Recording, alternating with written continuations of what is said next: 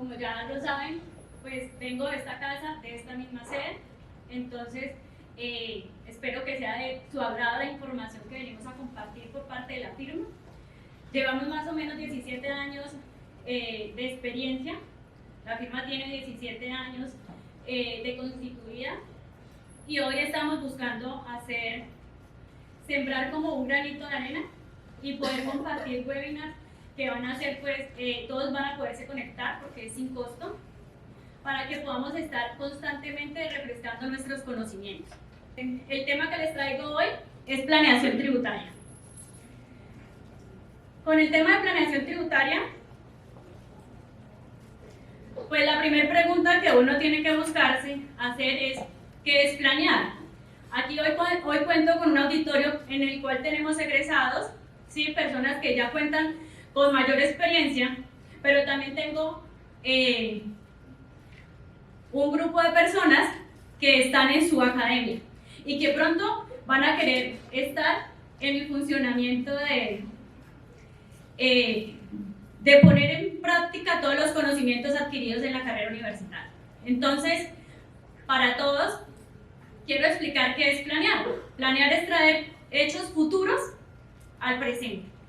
Entonces, hoy lo que vamos a buscar es entender cuáles serán esos hechos futuros que necesitamos traer a hoy para poder prever y poder aportarle a los gerentes de las compañías alternativas que de pronto ellos, por su desconocimiento de las normas, pues no lo hacen, ¿sí?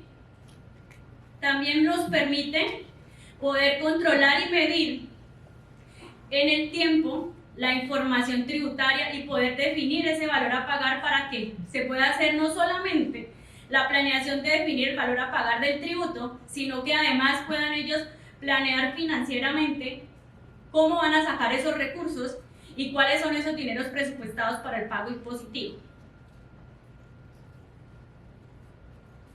¿Cuál es el objetivo o propósito? Hay normas que en este momento tenemos casi que reformas tributarias cada 2 años. La última fue la Ley 2277 del 2022. Cada una de las reformas siempre trae consigo información y cambios. El objetivo o propósito de poder planear es que yo pueda identificar cómo me va a afectar en el año siguiente aquellos cambios que me hacen cada 2 años dentro de la compañía y que no sean al final un impacto sorpresa. ¡Oh!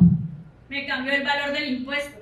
No había tenido en cuenta que, ejemplo ahorita, los que estamos elaborando declaraciones de renta del 2023, la tasa mínima de tributación. Hoy no a muchos nos damos cuenta porque está en los formularios que adquirimos para liquidar impuestos, que son las plantillas. Pero es necesario que nosotros como profesionales conozcamos de qué se trata y que podamos anticiparle siempre a nuestros clientes, venga, si usted va a dejar la empresa me va a dar pérdida, tenga en cuenta que no necesariamente le va a salir el impuesto en cero, porque ahorita tenemos que tener una tasa mínima de tributación según la reforma tributaria. Entonces el objetivo y el propósito es poder antecederme y estar siempre antes de. Ahora, ¿cuándo hacerla? Lo ideal es que lo hagamos finalizando el periodo, es decir, en el 2023, en diciembre, o en este mes que acabo de transcurrir, que fue enero, pues yo debo estar planteando también mi 2024. ¿Con qué fin? Con el fin, porque muchos dirán, bueno, ¿y qué pasa si no planeo? Pues si no planeo, lo que voy a pagar al final de impuesto va a ser un tributo que yo no voy a poder ni siquiera dar una sugerencia. Recuerden que ahora me imagino que ya hemos visto las noticias donde dicen la contaduría pública va a cambiar porque nos va a reemplazar la inteligencia artificial en muchos procesos que contablemente son muy mecánicos. ¿Pero en qué no nos podría reemplazar? En la capacidad de analizar y transmitir y comunicarle a nuestros gerentes de las compañías alternativas para sus negocios. Y es allí donde nosotros tenemos que seguir siendo importantes para las compañías. Entonces no nos asustemos si llega la inteligencia artificial. Aprendámosla a usar y evolucionemos nosotros en lo que debemos hacer como contadores.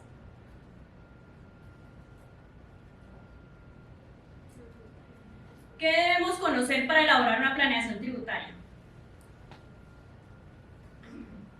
Pues tenemos que saber las normas. Debemos, por lo menos, leernos las reformas tributarias para poder saber cómo están impactando y qué información nueva traen para poderlo nosotros hacer la aplicación correspondiente. ¿Qué debemos también conocer? El core business del negocio, a qué se dedica, de qué se trata la compañía. Es una compañía que se dedica a la producción, que se dedica al servicio. Dependiendo de ese core de negocio, bueno, ¿qué propuestas le puedo plantear a un gerente? Entonces, voy a dar un ejemplo anticipándome a algo que vamos a ver un poquito en las siguientes diapositivas, y es, a veces decimos, hay una norma que dice que podemos tomarnos como descuento tributario el IVA que paguemos en las compras de maquinaria productiva. Si yo veo una empresa de servicios, ¿no será que mi computador es productivo? Porque es con el que produzco los ingresos. Entonces, ahí es donde tenemos que entrar a hacer el análisis y no solamente sesgarnos a qué sirve para una empresa que sea productora. ¿Sí? Entonces, por eso es importante tomar ese core business del negocio y mirar cómo puedo interiorizar dentro de las normas para tener un beneficio para la compañía. ¿Qué vamos a requerir? Capacidad de análisis. Aquí es donde vamos a buscar explorar aún más, de tal manera que cuando lleguen 10 años, que es lo que pronostican los 5, procesos que ya nos van a reemplazar en manera de inteligencia artificial, pues podamos contribuirle a los gerentes de las compañías que requieren una opinión nuestra, ¿sí? No solamente que les procesemos datos, sino que les demos herramientas, ¿sí? Que podamos decirle, ojo con esto. Aquí les estoy explicando cómo vamos a aplicar normas, pero cuando estamos haciendo análisis de estados de resultado, uno puede decirle, ¿por qué más bien no hace esta operación de esta manera? Me ahorro este costo. ¿Por qué no gestionamos una reducción en tal cosa que vayan con relación al ingreso? O sea, irlos orientando en ese ejercicio también del control de las cifras. ¿Qué aspectos debemos preguntar cuando vamos a realizar una proyección financiera? Pues, ¿van a invertir en maquinarias? ¿Qué va a comprar? Recuerden que cuando yo proyecto, todavía no sé los hechos, porque es diferente cuando elaboro la declaración de renta, que ya sé el resultado, y como ya sé el resultado, pues sencillamente defino unos criterios y unos datos. Como en este caso, lo que estamos planteando es proyectar, pues requiero hacerle las preguntas necesarias a mi gerente, y es, bueno, vamos a ampliar alguna unidad de negocio, vamos a adquirir máquinas para hacer eso. ¿Cuál es el presupuesto que usted tiene para eso? ¿Cuánto cree que valen en el mercado? Porque usualmente un gerente, cuando va a planear aperturar una unidad de negocio, ya ha tanteado cuánto le vale la máquina, que si tiene que ampliar el espacio, que si tiene que contratar más personas. Entonces esas son las preguntas que nosotros debemos empezar a formularle para poder tenerlas en cuenta en el momento de que traduzcamos eso en números. Porque cuando yo llego por primera vez a una compañía, pues es posible que no conozca esa información. Cuando yo vengo dentro de la compañía, muy seguramente ya me sé todos los chismes. Entonces yo ya sé quién es el discapacitado, quién es fulano, quién es sultano, hasta más información que no necesitamos, ¿cierto? Pero cuando llego nuevo a una compañía y me contratan solamente para planear, pues debo formularle las preguntas. ¿A quiénes? Si el gerente me dice, no, pues no sé por qué hace tiempo no entro a la planta, por dar un ejemplo, pues vayan al departamento de recursos humanos, vaya pregúntele a la personita de nómina, ¿sí? Y hagámosle el cuestionario de esas preguntas que requerimos, porque cuando contratamos a alguien con discapacidad, tenemos un beneficio tributario. ¿Cuántos jóvenes piensan contratar? Esta actividad la puede hacer una persona. Entonces el gerente me va a decir, sí, yo quiero ampliar este espacio y quiero empezar a hacer tapas de gaseosos, por dar un ejemplo. Entonces, puedo contratar personas con experiencia, puedo contratar personas sin experiencia, pueden ser su primer empleo, porque esto también tiene beneficios. Piensa contratar mujeres, le sigue una señora de 40, entonces el señor me va a decir, pues sí, bueno, busquemos que no haya trabajado hace 6 meses antes para que la podamos contratar. Entonces empezamos a darle ideas que de pronto ellos no habían considerado. Y en procesos o trabajos en los que pueden existir personas sin experiencia. Y cuando llego a todas las compañías, porque uno usualmente siempre busca personas con experiencia, resulta que todos los que estamos aquí sentados algún día fuimos inexpertos. Todos tuvimos que tener a alguien que nos dio el voto de confianza para ese empleo. Entonces, ahí es donde uno le recomienda, busque, si va a dar esa primera opción de empleo, son las cualidades que tiene esa persona en manera actitudinal de aprender. ¿Por qué? Porque pues podemos obtener el beneficio que me salga una persona buena, porque muchos de aquí hoy somos buenos y muchos empleadores se dieron cuenta que somos buenos cuando nos dieron esa oportunidad laboral, ¿sí?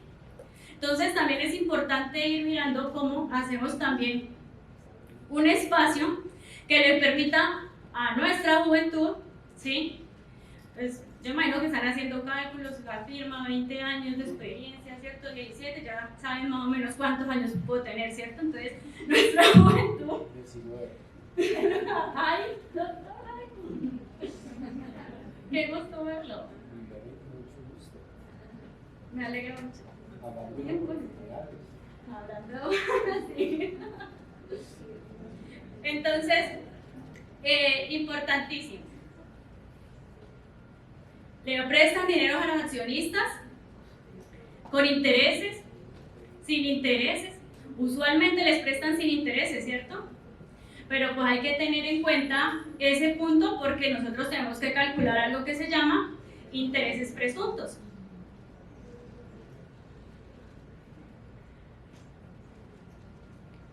Le pagan el estudio a sus empleados, a sus hijos.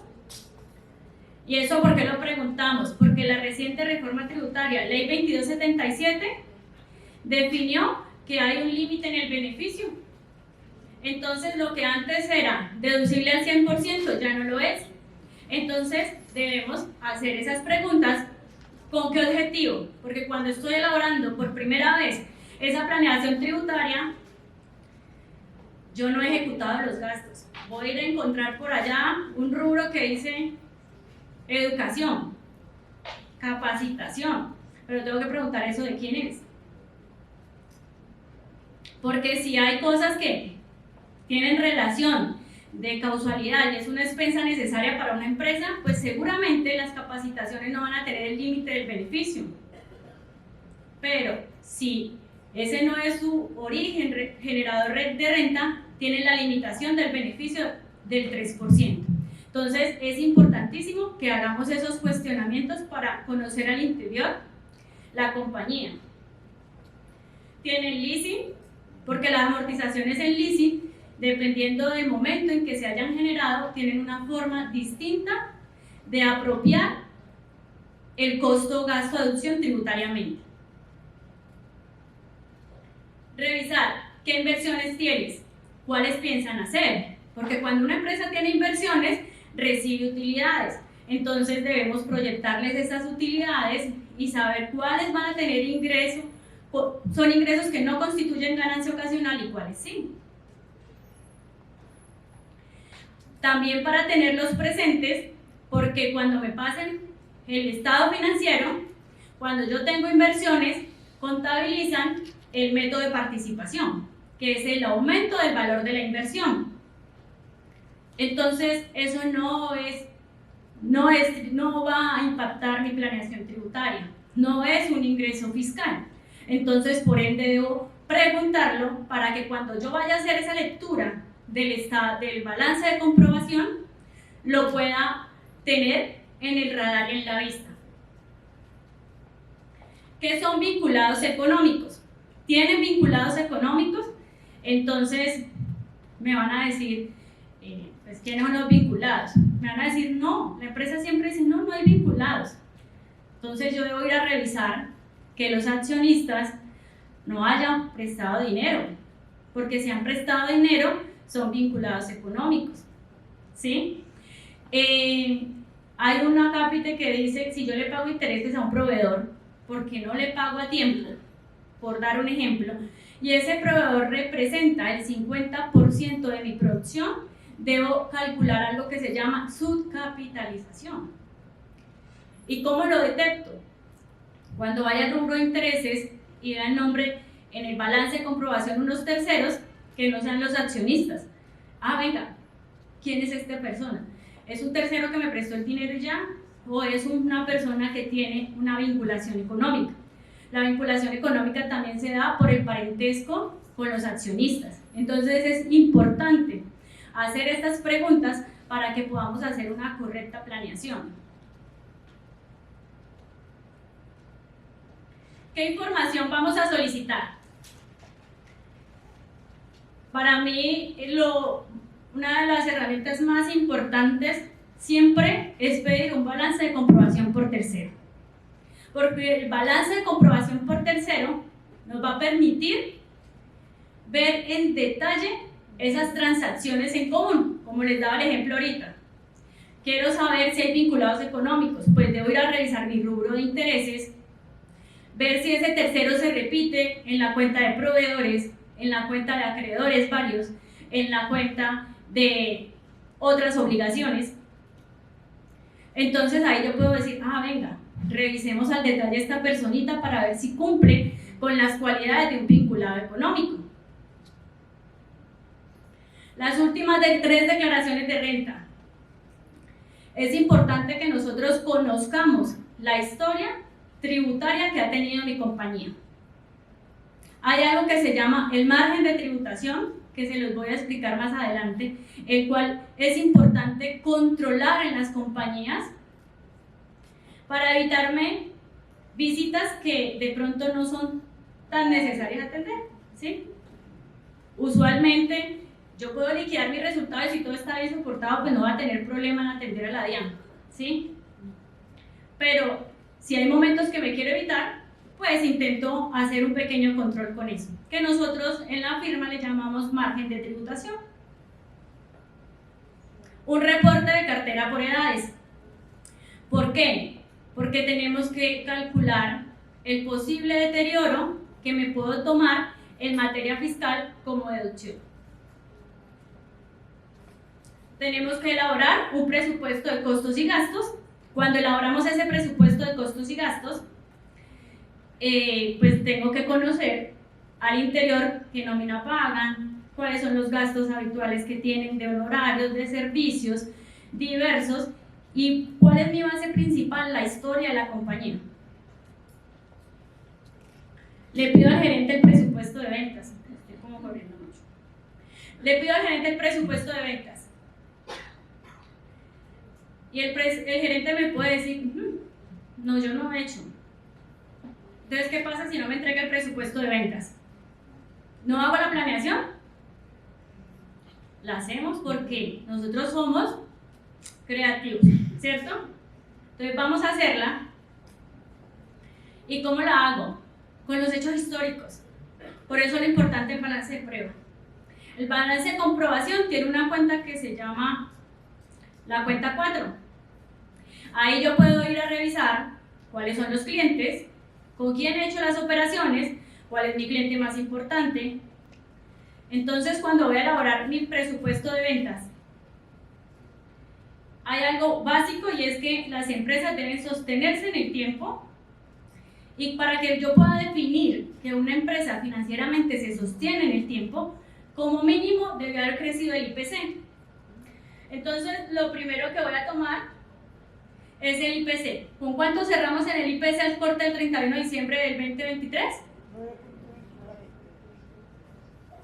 Con el 9.3. Si una empresa no crece en el 2024 9.3, yo le puedo decir al cliente, decrecimos.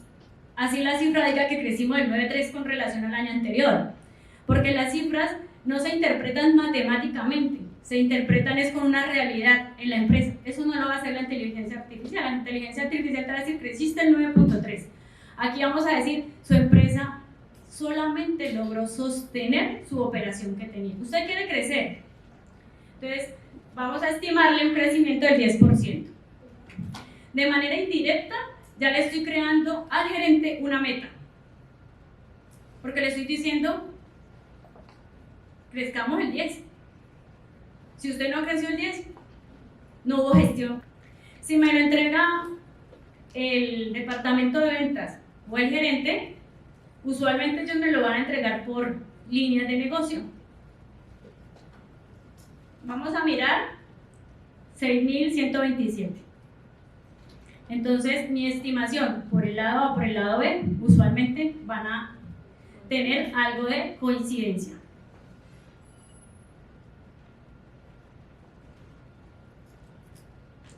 Les traigo el modelo de balance de comprobación. Lo mínimo que le tenemos que revisar al balance de comprobación es que aquí el saldo anterior diga 0, que mis cuentas de resultado estén en 0, ¿sí?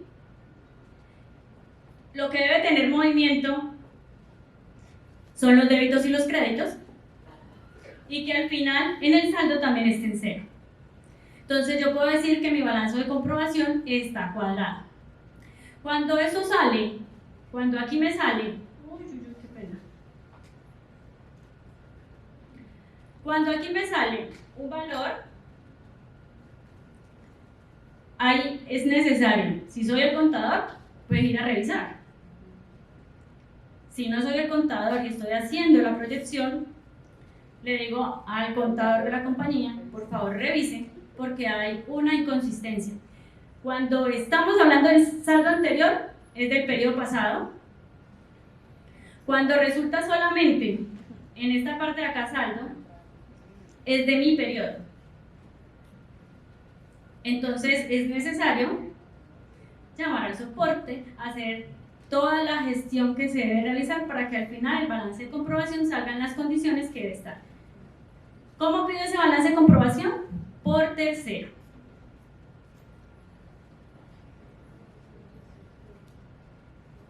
Luego, vamos a recapitular. ¿Por qué estamos hablando de inversión en maquinarias? Porque una de las preguntas era, ¿va a comprar maquinaria? ¿Cierto? ¿Qué va a comprar este año? Si me dicen, nada, pues le digo, venga, el artículo 258 dice que si usted invierte y vamos a crecer y vamos a producir, nos podemos tomar ese IVA como un descuento tributario. ¿Cómo calculo eso? Facilísimo. ¿Cuál es el costo de la máquina? ¿Cuál es el IVA proyectado que vamos a pagar? Me da 76 millones de pesos. ¿Cuánto posible descuento tributario? 76. Los empleados de discapacidad. Ah, sí tengo empleados con discapacidad. Tengo uno. Bueno, tomémonos el beneficio tributario que me permite, según la ley 361 del 97, me puedo tomar, que está expresa en el artículo 31. Si vamos a revisar el artículo 259-1, que es el límite del beneficio del 3%, vamos a observar que habla de la ley 361 del 97, pero del artículo 56. Entonces, cuando leamos normas, es necesario ser muy preciso, porque no están concebidos dentro de la limitación del beneficio todo el articulado de esta ley. Entonces, en ese orden de ideas, para este caso, me puedo tomar el costo de adopción, que para este caso es del 200%. ¿Cómo lo calculo? Tomo los salarios de una persona que se gane el salario mínimo, cuánto le pago en el mes, Si la voy a tener los 12 meses, multiplico por 12, calculo el factor prestacional que está dentro del 22. ¿Cuáles son mis prestaciones? Primas, cesantías, intereses, vacaciones. Eso es lo que calculo como factor prestacional. Determino que el costo tuvo que ver si va a ser de 21.377.000. Si me puedo descontar el 200, voy a llevar 42 millones. Como yo la tuve que haber presupuestado ya en mi presupuesto de costos y gastos, porque ya está el salario de ella cuando yo voy a revisar la nómina, entonces el valor que llevo al formulario como beneficio son 21 millones, porque de los 42 tengo que restar lo que ya está en mi proyección de presupuesto de costos y gastos.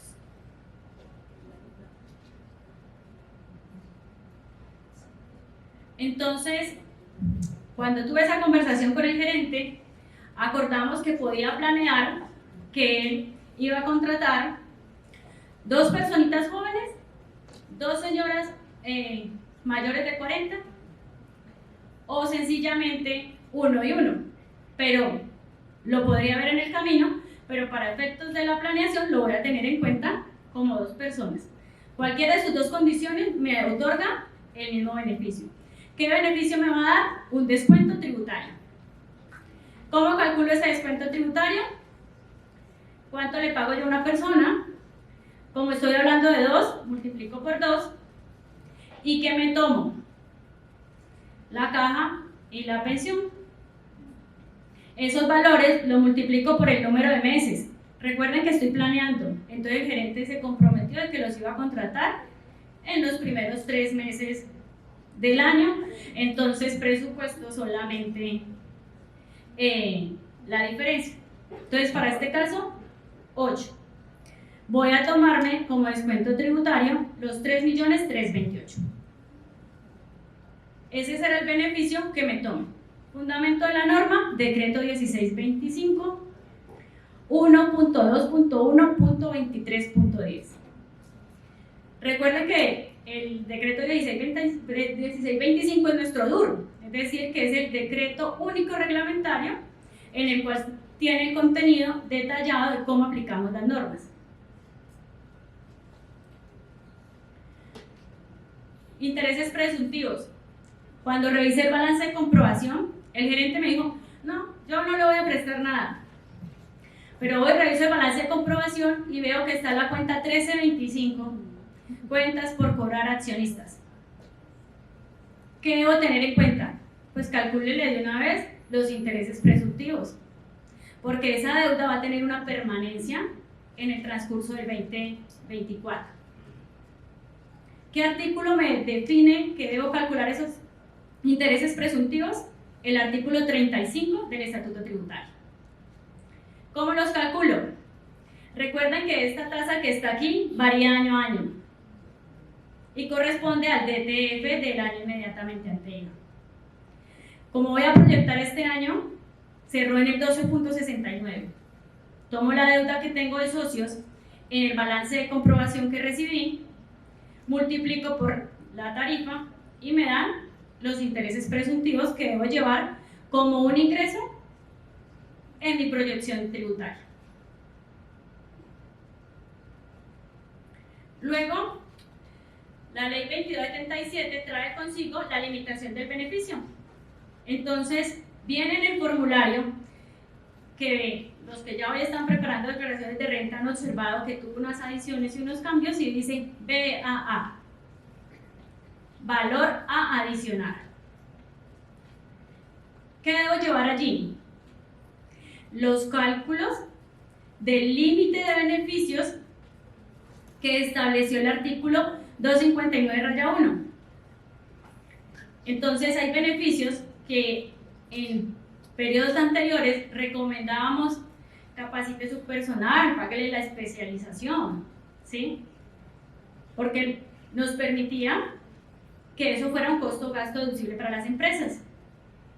Pero nuestra reforma tributaria dijo, no, pues, si usted va a gastar la platica, tiene un límite. Yo no se la voy a a presupuesto, no se la voy a costear toda. Entonces, págueme el valor, un valor adicional por ese descuento que usted tiene. Entonces, tenemos un detalle de siglas.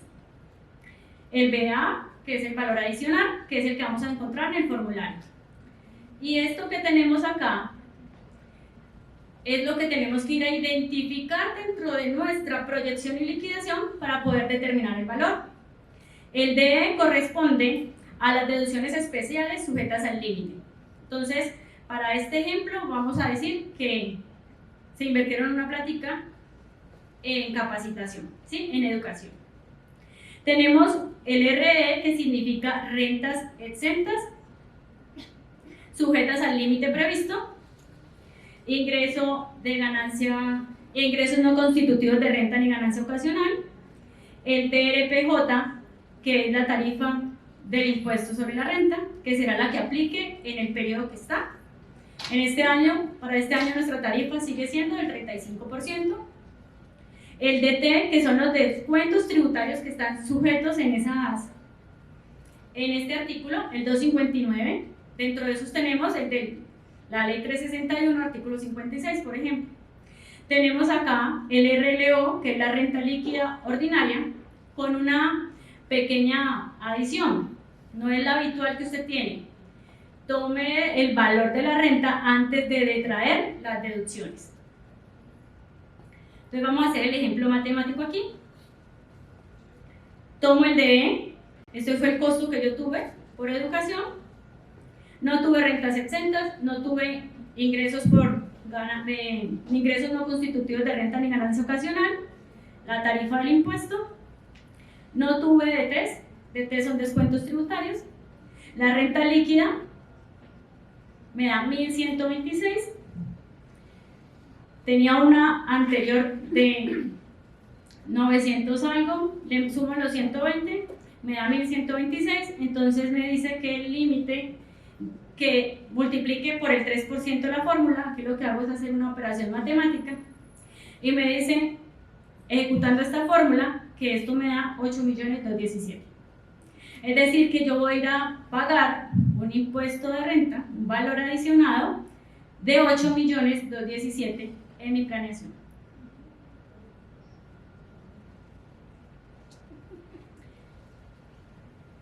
Vamos a hablar de la limitación de las deducciones.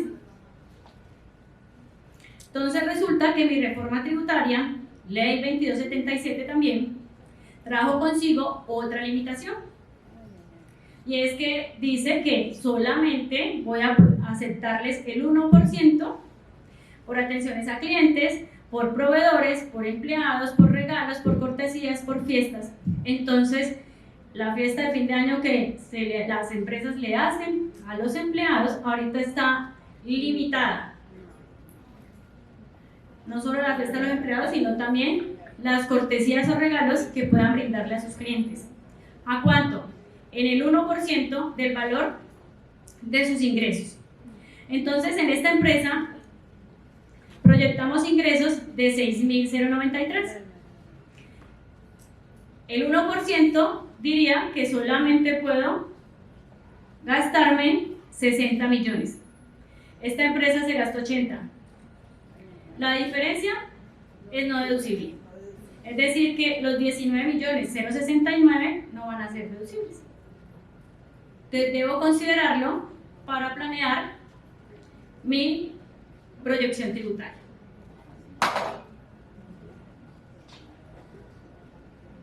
Ahora, debo considerar cuál es el beneficio del deterioro fiscal que puedo yo tener en mi planeación. Por eso decíamos al principio, soliciten un reporte de cartera por edades.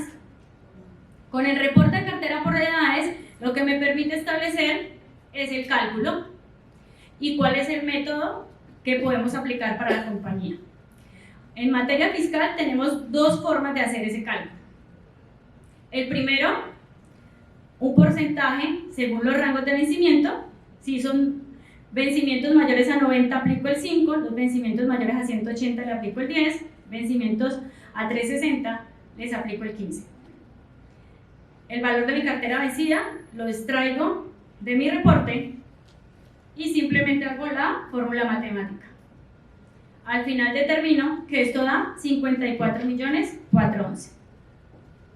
El otro método es el método individual.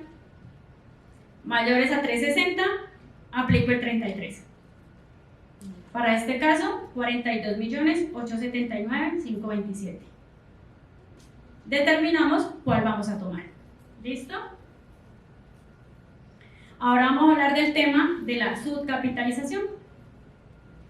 Entonces, para esta empresa, vamos a decir que sí teníamos una creencia con un vinculado económico,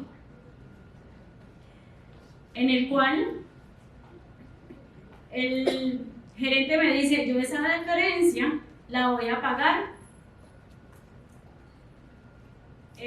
antes del 5 de mayo del 2024. Entonces calculo el tiempo de permanencia entre el 1 de enero hasta la fecha que se pretende pagar, 130 días.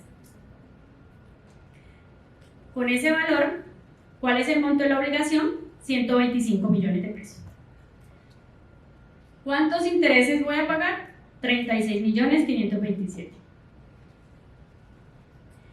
Entonces voy a tomar los intereses que voy a pagar. Estos son los intereses bancarios, esos son totalmente deducibles, los estamos adicionando allí para hacer la claridad. Son solamente los correspondientes al pago de vinculados económicos, ¿sí? Determino la permanencia, la base, multiplico la permanencia por la deuda y me da la deuda promedio.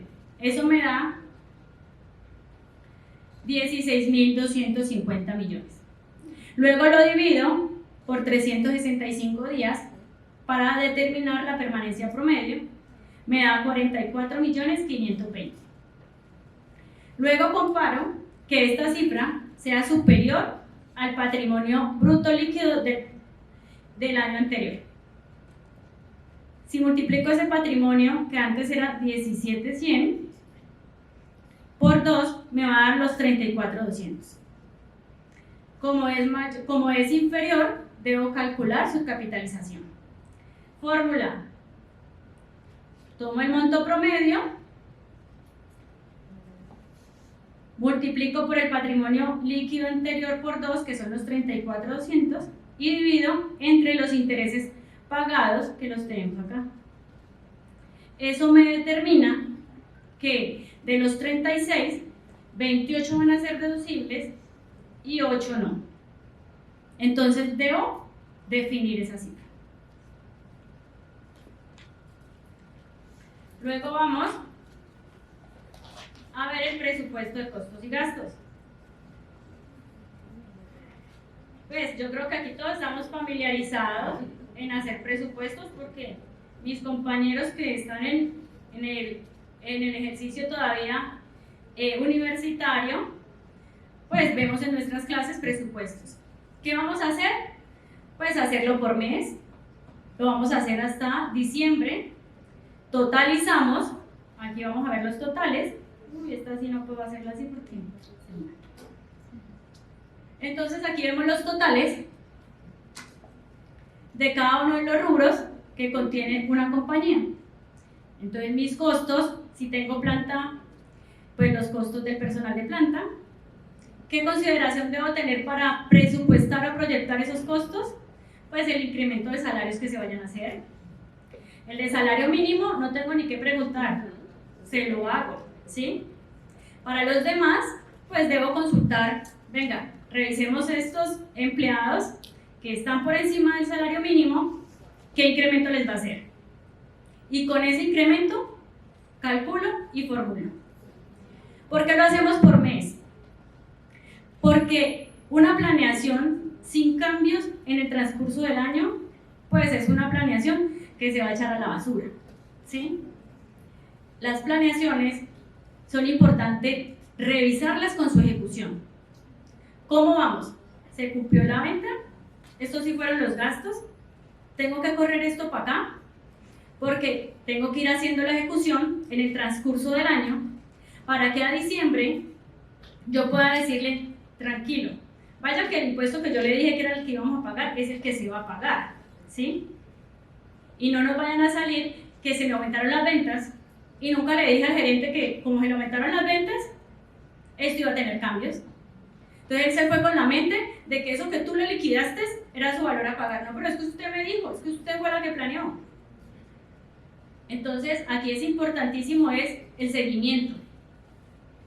La elaboración, sí, es importante, pero lo que realmente le va a generar un valor agregado a la compañía es el seguimiento. Primero, porque vamos a decir, venga, y si optimiza esto, y si hacemos esto, mire, en el impuesto no me va a afectar tanto. Ah, usted creció más en ventas, creció en costos, pero como no crecimos en los otros gastos, tenga en cuenta que va a pagar, empiece a proyectar y ¿cómo se dice? Y a guardar la platica y a prever cómo va a pagar.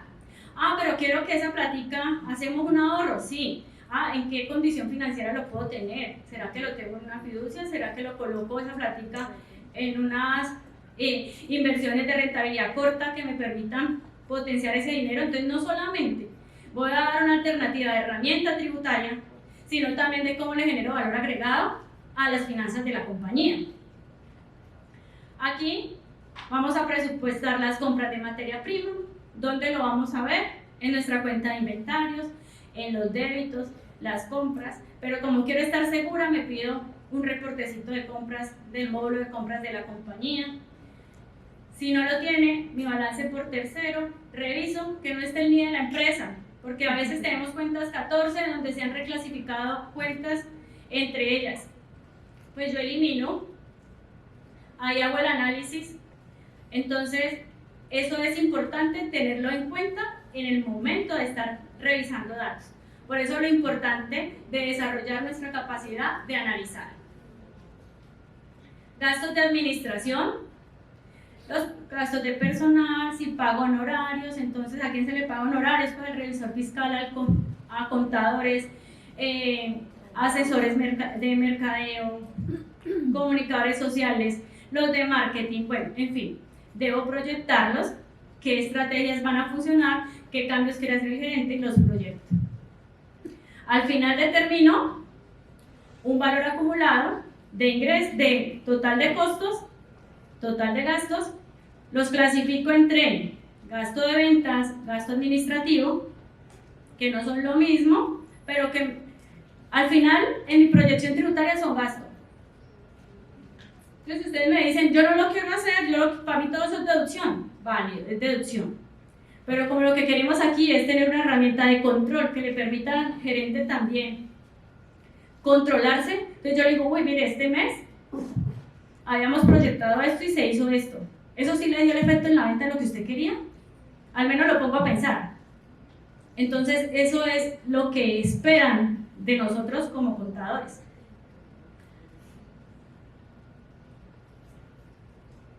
Ahora vamos a ver un ejemplo de lo que sacó la ley 2277, que trajo consigo la tasa mínima de tributación, que se llama TTD, tasa de tributación depurada. Entonces, también la tenemos que calcular para poder determinar si la empresa debe pagar o no un impuesto adicional, que en el formulario se llama IA. Tomo la parte contable, comparo con lo que determiné fiscalmente, esto me da unas diferencias permanentes, luego tomo la renta líquida gravable, el impuesto sobre la renta líquida, el BAA que ya habíamos calculado, ¿lo recuerdan? Limitación del beneficio. Tomo los descuentos tributarios posibles, recordémoslos, maquinaria y la de los empleados que vamos a contratar de menores de 28, primer empleo, y señores de 40. ¿Listo? Determino el impuesto neto de renta,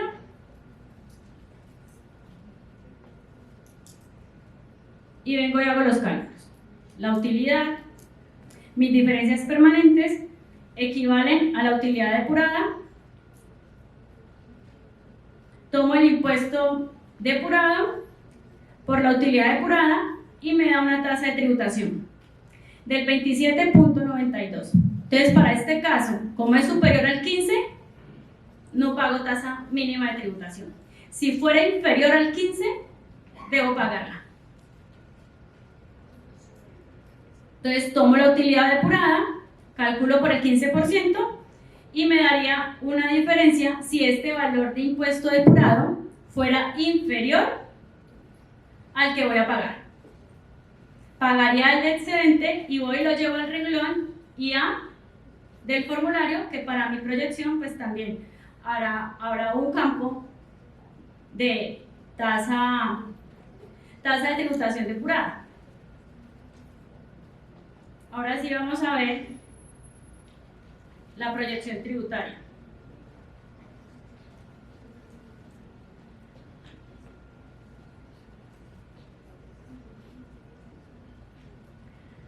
La tasa de tributación, bueno, aquí en la proyección tributaria vamos a tomar los ingresos, mi total de costos.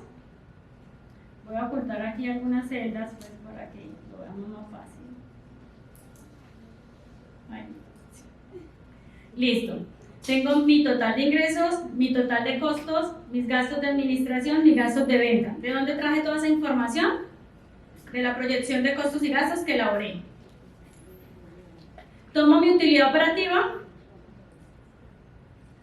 determino los gastos no operacionales y determino una utilidad del ejercicio. 926, 223. Y luego empiezo. Promedio de gastos no deducibles. ¿Cuáles? Gravamen financiero, los que no tienen soporte, ¿sí? Entonces, estimo un valor promedio, ¿con qué? Con lo que trae su trayectoria de declaraciones, ¿sí? Me tomo el gasto de beneficios deducibles, que son 21.377.000, que fue por las personitas que tenemos discapacidades contratadas. Sumo los intereses presuntos, defino mi renta líquida, defino mi impuesto sobre la renta, que es el 35% de esa renta líquida, deduzco los descuentos tributarios que nos dio 79.328.000, agrego el BAA, que me da 8.217.000, la tasa mínima de tributación fue 0, entonces es 0, impuesto neto de renta 281, ¿qué resto? Las retenciones, ¿cómo las saco? ¿Cuáles son los servicios que presta la compañía? Por eso es importante el core de negocio. ¿Qué tarifas de retenciones me aplican? Multiplico mi ingreso por el promedio de esas tarifas y determino las retenciones posibles. La autorrenta que voy a pagar en el año también. Entonces sumo retenciones y autorrenta y resto. Calculo el anticipo. Tenemos dos formas de calcular el anticipo, ¿sí? Una donde tomo el impuesto de renta. Cuando es una empresa que lleva más de 3 años, se calcula por el 75, resto las retenciones en la fuente y me da un valor. Y esta es la opción 1. Comparo. Opción 2 es el promedio del impuesto de renta del periodo anterior. El del periodo me da un promedio, multiplico por el 75 y ese valor lo resto y le resto las retenciones. Y las autorrentas me da 9. ¿Cuál me tomo? Los 9, que es el que le beneficia al cliente. Tomo los 9 y determino que esa empresa va a tener un impuesto a cargo de 104.780.000. Este es un saldo a pagar. De 104.378.780. ¿Listo? Aquí ya determiné esa proyección tributaria y cuánto va a ser lo que ellos deben planear a nivel de tesorería para sus flujos de caja proyectados y ya en manejo de temas financieros.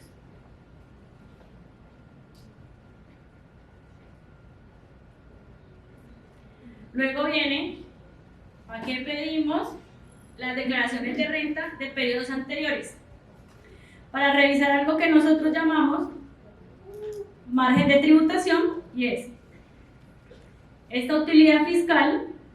Para el 2020 fue el 17, 2021 17.5, 2022 17.5.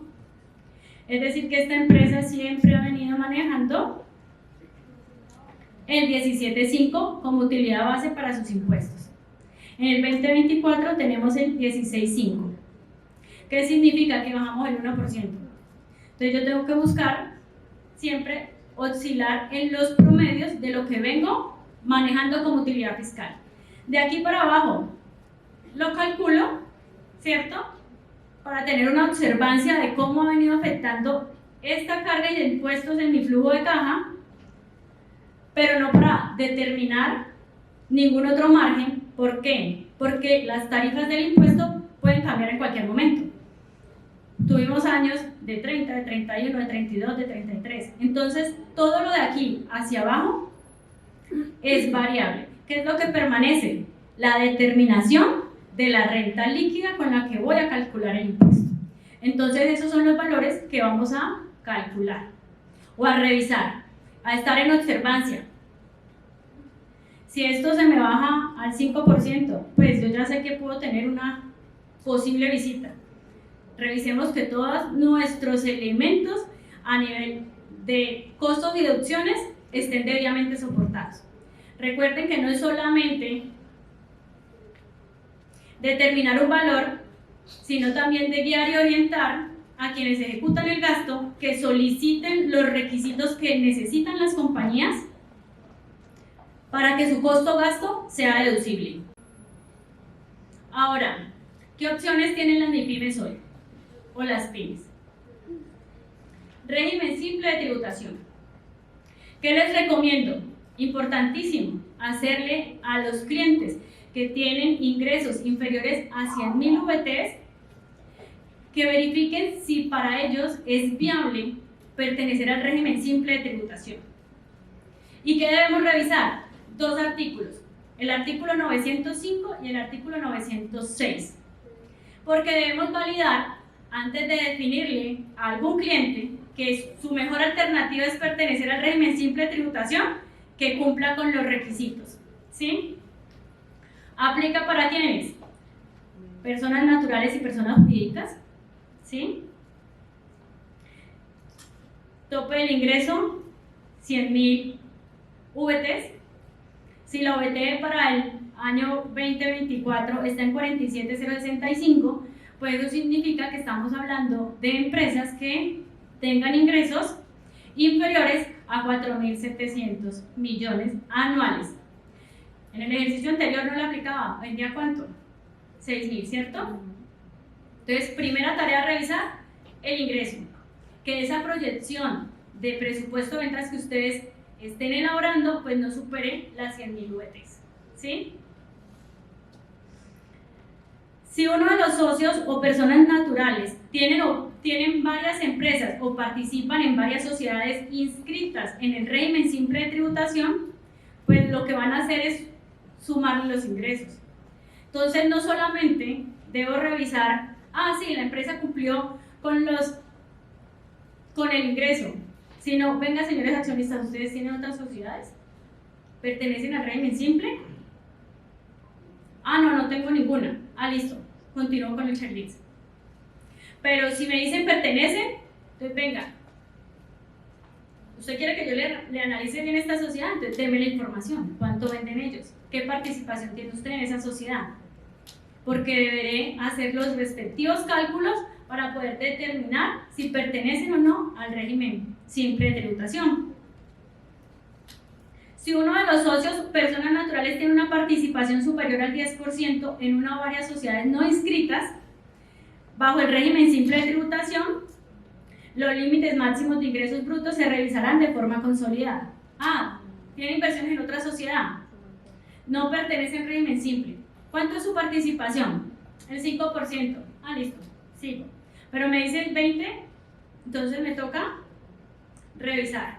¿Qué debo pedirle? ¿Cuánto es el ingreso? cuánto es su participación y súmelo y compútela para saber si puede cumplir o no en esas 100.000 VTs. Si uno de los socios, persona natural, es gerente o administrador de otras empresas o sociedades, los límites máximos de ingresos brutos se revisarán también de forma consolidada. Entonces, usted representante legal en otras sociedades, también informe. Las personas naturales o jurídicas deben contar con la inscripción respectiva en el Registro Único Tributario RUT, todos los mecanismos electrónicos de cumplimiento, firma electrónica y factura electrónica. Cuando tomemos la decisión, así seamos personas naturales,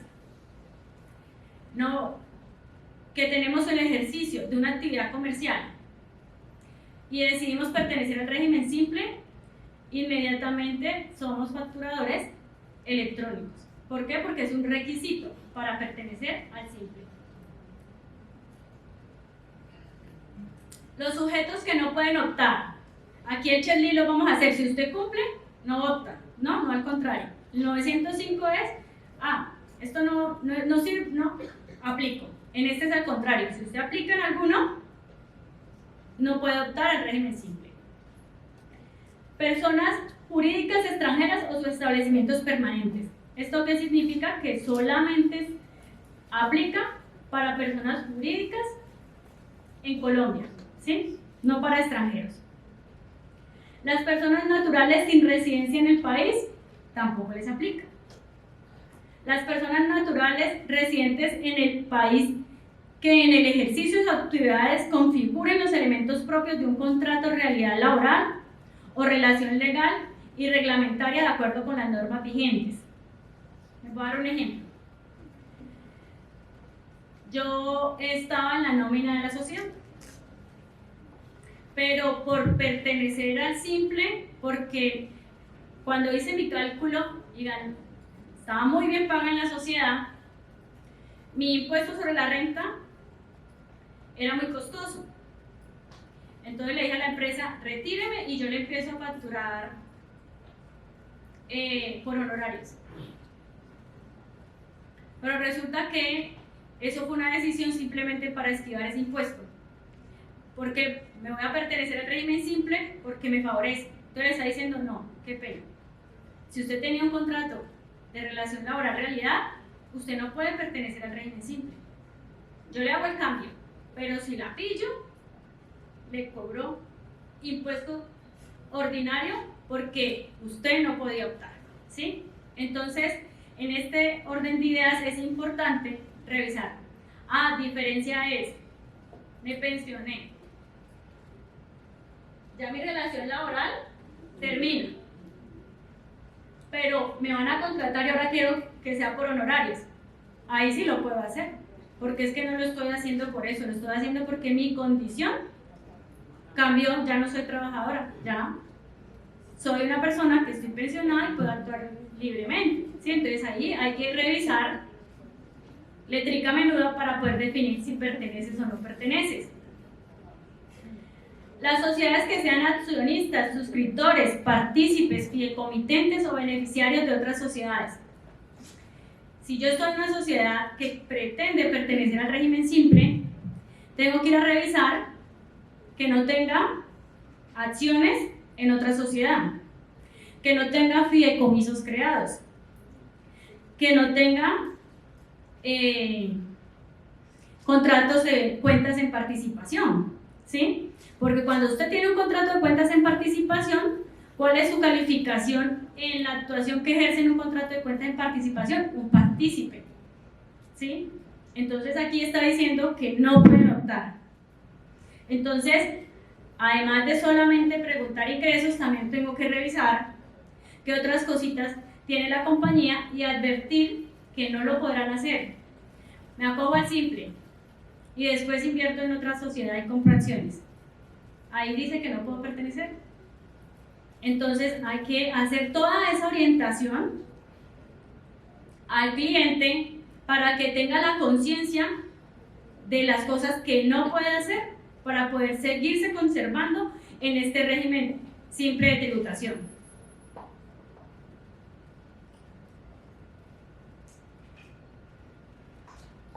Bueno, Las empresas que hacen factoring, las empresas que alquilan bienes inmuebles, pues no pueden optar porque parte de la norma dice que si esa es su actividad principal y a eso se dedica, pues no vas a poder optar.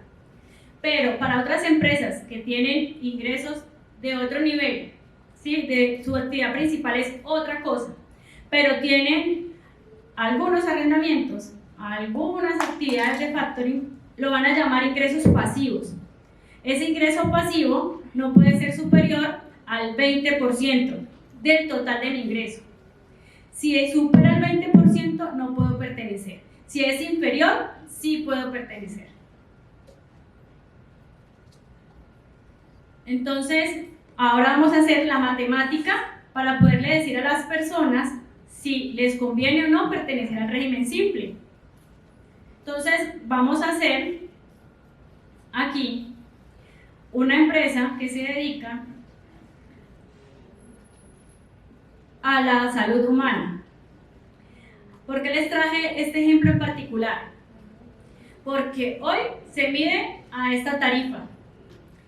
En diciembre, el 5 de diciembre, declararon inexequible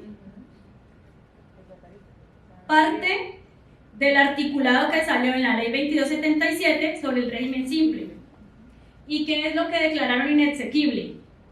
Un nuevo grupo que se había creado en relación a la salud humana y a la educación, y tenía unas tarifas que la máxima tarifa era del 7%.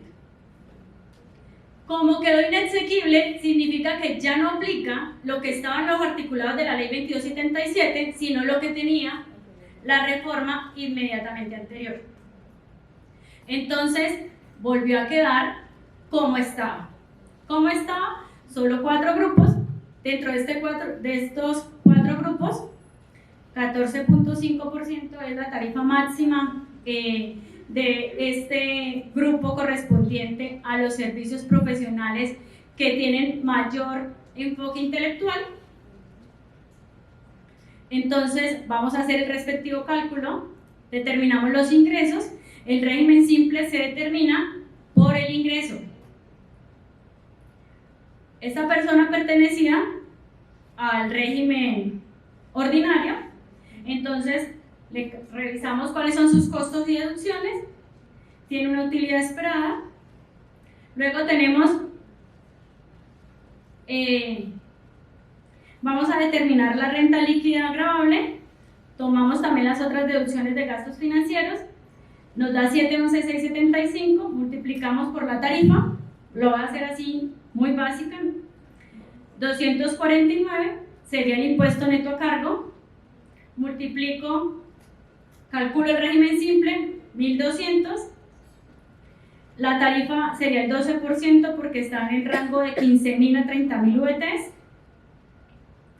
multiplico, me da 144, el régimen simple me permite deducir 2 cosas,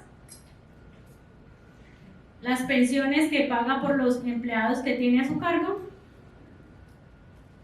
el 0.5% de las transacciones electrónicas que se realicen, determino el valor a pagar del simple, me da 127.961.397, lo que significa que para este contribuyente le beneficia el régimen simple. Se está ahorrando 121 millones de pesos.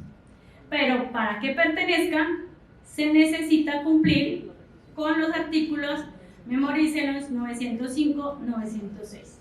Espero que haya sido de mucha utilidad para ustedes la información compartida el día de hoy.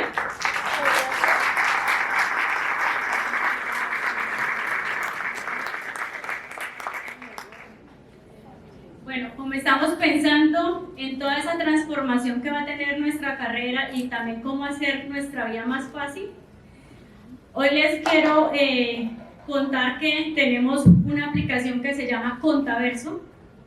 Que te hagan sin impuesto, suele suceder, pero ¿sabes qué? Desde que uso Contaverso todo es más fácil porque recibo alertas antes de cada vencimiento. No te estreses y descubre cómo empezar en contaverso.com.